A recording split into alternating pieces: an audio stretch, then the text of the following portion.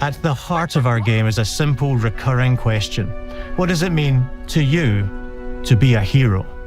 Our game is about choices and their consequences. It's packed with action, drama, British humour, moral dilemmas, and quite a few chickens. All of this combines in a fairy tale which could only be Fable. In classic Fable fashion, you begin the game as a child, growing up in the sleepy rural village of Briar Hill. It's here that in a moment of extreme danger, your heroic powers first emerge, and we discover that you are Albian's first hero in a generation. But not long afterwards, disaster strikes, and the people of your village, including your beloved grandma, are turned to stone by a mysterious stranger.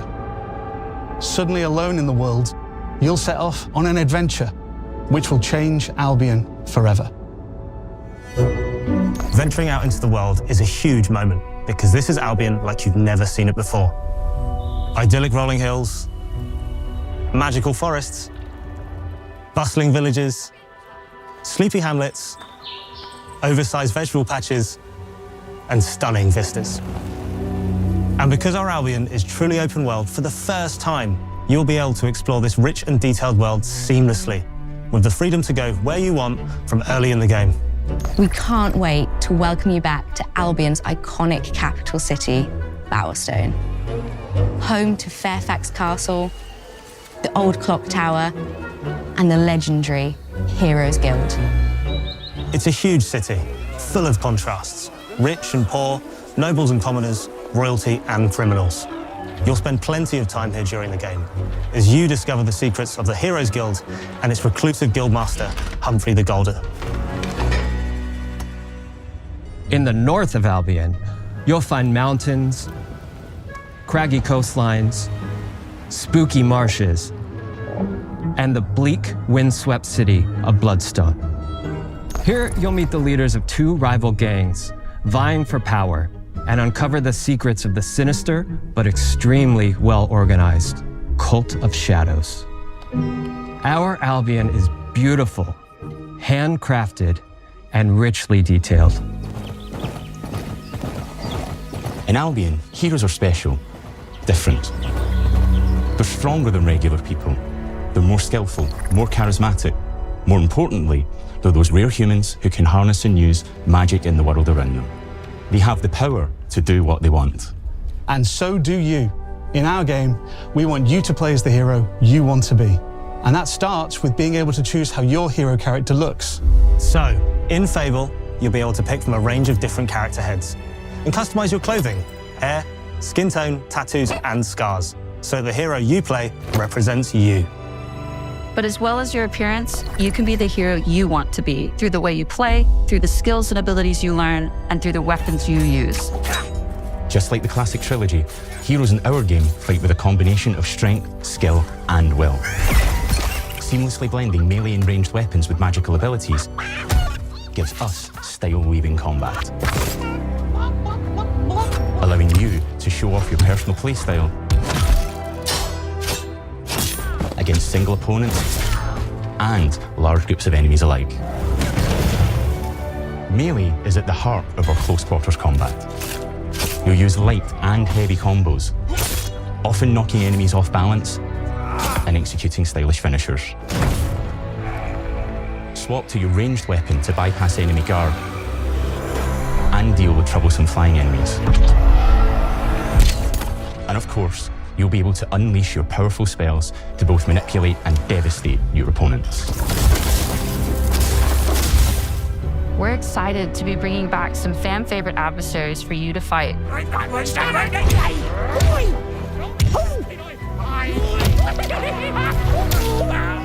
Hobbs are back, as are Balverines, Hollowfolk, and Trolls. And we're adding brand new enemies too, like this fearsome cockatrice, a giant fire-breathing chicken. Each enemy family is different, with their own weaknesses to exploit and defenses to overcome. But with all the unique tools in your combat toolbox, how you defeat your enemies is up to you.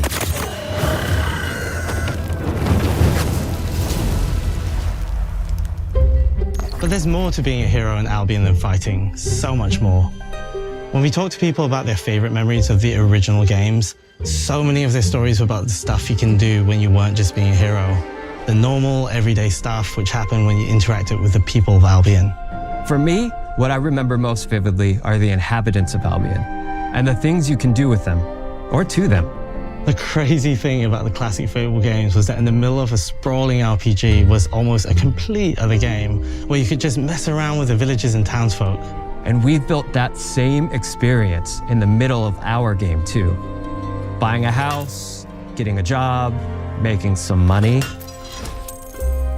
Romancing a villager, getting married, having kids.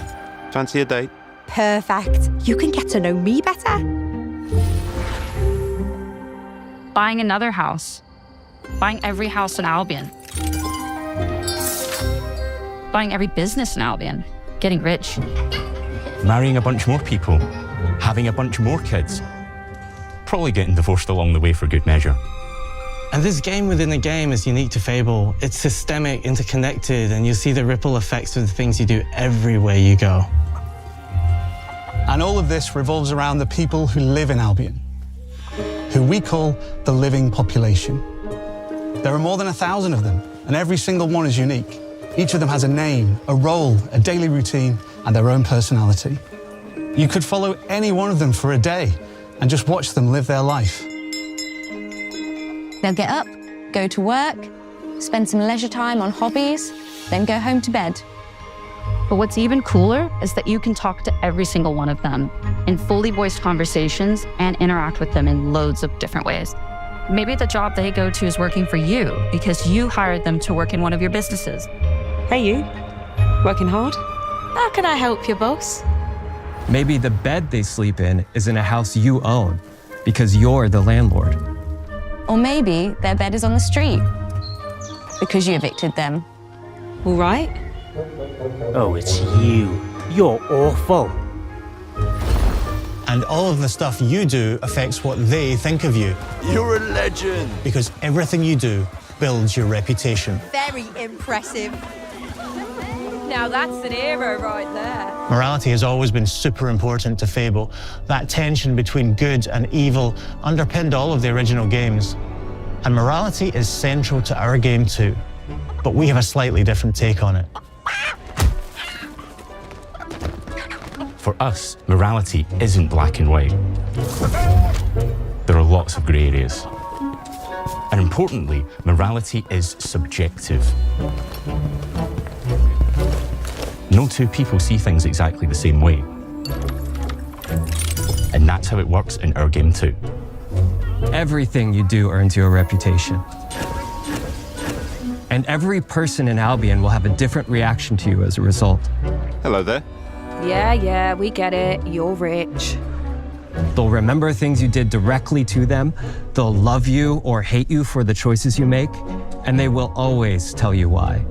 Although, usually from a safe distance. Our game will never judge you, but the people of Albion will, loudly. Imbecile. Your reputation is created by the choices you make, and you are going to make a lot of them. Big choices, little choices, moral choices, and some choices that will actually change the landscape of Albion for the rest of your game. We call this idea, your choices change the world. Let's give you an example. Early in the game, you'll meet a character named Dave, an egotistical gardener in a rural village who discovers a magical growth formula. He accidentally turns himself into a giant and becomes a big problem. It'll be your job to deal with him, and ultimately it will be your choice whether to kill him or to spare him. If you kill him, his giant corpse will lie on the farmland just outside of town for the rest of the game. And that is going to affect house prices. It will also affect what a lot of the villagers think about you.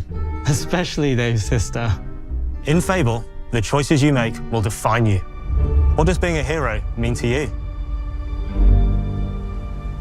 At Playground Games, we've built a pedigree for beautiful, immersive, open-world experiences. Yes, they've typically involved sports cars, but this is a passion project for all of us here. Every member of this team, which we've built from scratch, has two key things in common. a deep love for the franchise, and a burning desire to bring it back. We're making this for Fable fans just like us, but also to introduce Fable to gamers who've never played the series before. It's been great to finally tell you a little about the game we're making. There'll be much more to share as we get closer to our launch. I'm excited to tell you today that Fable is coming to Xbox, PC, and PlayStation in autumn 2026. From all of us here, thanks for watching.